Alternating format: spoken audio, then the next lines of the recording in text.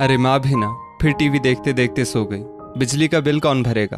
उनको तो नहीं भरना पड़ता और दिन भर पैरों में ना जाने कौन कौन सा तेल मलहम लपेटती रहती है। पूरे कमरे में बदबू फैला रखी है। जगह जगह भगवान की किताबें और दवाइयाँ फैली रहती हैं। सुजाता रिमोट से टीवी बंद करती हुई बड़बड़ा रही थी। इतना बड़बड़ क्यों कर रही हो? आंख लग गई होगी। बुढ़ापे में शरीर में जगह जगह दर्द होना स्वाभाविक है। ऐसे में दवा तो लगाएंगी ही ना माँ। हम भी इस परिस्थिति से गुजरेंगे, सुजाता के पति वैभव ने कहा और घर का सामान लेने बाहर चला गया। अगले दिन सुजाता को उसकी सास जया जी कहती है, बहू, मेरे सत्संग ग्रुप की कुछ सहेलियां आज शाम मुझसे मिलने आने वाली है। काफी समय से मैं सत्संग में नहीं जा रही हूं ना, इसलिए सब मेरी तबीयत देखने आना चाहती हैं। आपको बैठे बैठे कोई काम है नहीं, बेकार में सबको बुलाकर मेरा काम बढ़ाना चाहती हैं। चाय बनाओ, किसी के लिए ज्यादा चीनी वाली, किसी के लिए फीकी चाय, किसी के लिए शरबत बनाओ। फिर आप कहेंगी, बहू थोड़े पकौड़े भी बना ले। बेकार में दूध, पत्ती, तेल की बर्बादी। सुजाता ने गुस्से में कहा, पर बहू 6 महीने से ऊपर हो गए, मेरा सगा संबंधी कोई नहीं आया। जब बच्चे हर दूसरे दिन बाहर का पिज्जा बर्गर मंगवाते हैं और बच्चों द्वारा घर का खाना बर्बाद किया जाता है, तब तुमको बर्बादी नहीं दिखती। तुम्हारी किटी पार्टी की सहेलियां भी तो घर आती हैं, तब तुम कितने प्रकार के व्यंजन बनाती हो, कुछ बाहर से मंगवाती हो। बस मुझे ही अपने 4 दोस्तों को घर बुलाने का अधिकार नहीं है। जया जी ने उदास होते हुए कहा। जया जी की सहेलियां आई तो सुजाता ने बेमन से सबके लिए चाय बनाई और साथ में बिस्किट निकालकर प्लेट में रख दिए। 2 मिनट के लिए बैठकर किसी का हालचाल भी नहीं पूछा और अपने कमरे में चली गई। जया जी को बहुत बुरा लगा, उनका हृदय भर आया। जया जी और उनके पति राघव जी गांव में रहते थे। साल भर पहले पति राघव जी के गुजरने के बाद जया जी गांव की अपनेपन की दुनिया को छोड़ अपने बेटे बहू पोते पोती का प्यार पाने अपने बेटे के घर शहर आ गई। वो तो परिवार के साथ हंसी खुशी अपना जीवन बिताने आई थी, पर बहू के उपेक्षित व्यवहार से उनका मन बहुत आहत हो जाता। सुजाता का बेटा 11वीं क्लास में पढ़ता था और बेटी 9वीं क्लास में। सुजाता की एक ननद दीपाली थी जो पास के ही शहर में रहती थी। सुजाता का पति वैभव माँ का अच्छी तरह से ध्यान रखता।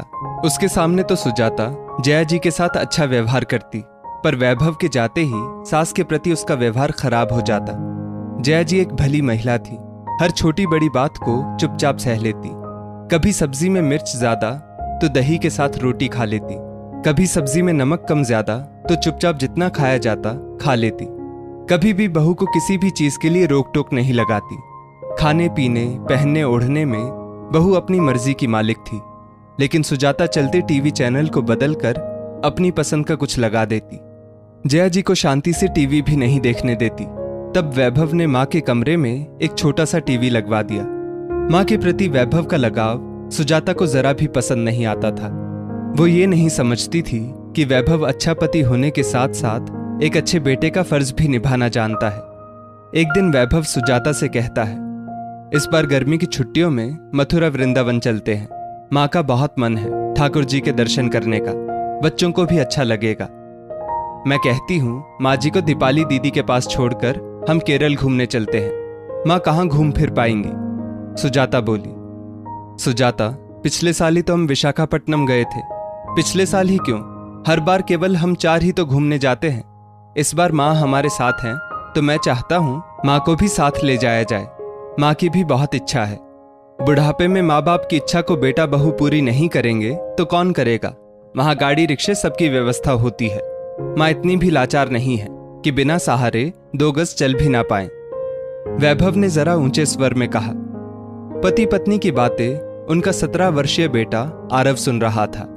मम्मी, आपको भी दादी की तरह बुढ़ापा आएगा, तब मुझे और मेरी वाइफ को ही तो आप लोगों की देखभाल करनी होगी।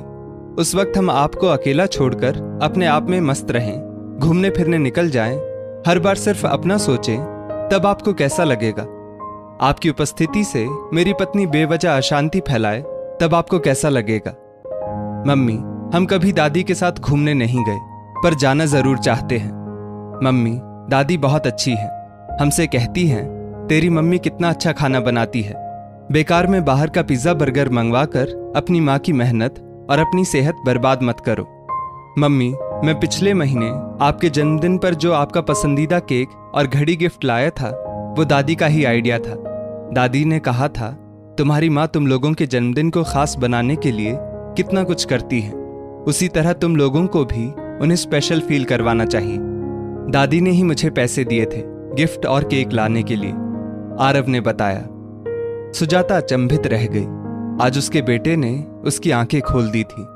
सुजाता आंखों में आंसू लिए जया जी के पास जाती है। माँ, मेरे लिए हमेशा से परिवार का मतलब पति पत्नी और बच्चों तक ही सीमित था।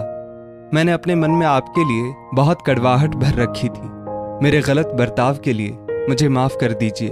मैं अपने किए पर शर्मिंदा हूं। सुजाता ने नजरें झुकाते हुए कहा, बहू, मैं तो बस तुम लोगों का साथ और अपनापन चाहती हूं। मेरे संसार से जाने के बाद तुम लोग मुझे खुशी से याद करना, बस मुझे और कुछ नहीं चाहिए, जया जी ने कहा। उसके बाद से धीरे धीरे सुजाता के स्वभाव में परिवर्तन आने लगा। वो समझ चुकी थी जैसा व्यवहार आज वो अपनी सास के साथ करेगी, वैसा व्यवहार ही उसे अपने बेटा बहू से मिलेगा। गर्मी की छुट्टियों में सब मथुरा वृंदावन जाते हैं। बेटे बहू ने जया जी की खुशी खुशी यात्रा पूरी करवाई। जया जी ने उन्हें ढेरों आशीर्वाद दिए। दोस्तों, यदि हम परिवार में स्थायी सुख, शांति और समृद्धि चाहते हैं तो परिवार में बुजुर्गों का सम्मान करें। इस स्टोरी को लेकर आपकी क्या राय है, नीचे कमेंट करके जरूर बताइएगा। और ऐसी ही और भी बेहतरीन वीडियोस के लिए हमारा पेज जरूर फॉलो करें। धन्यवाद।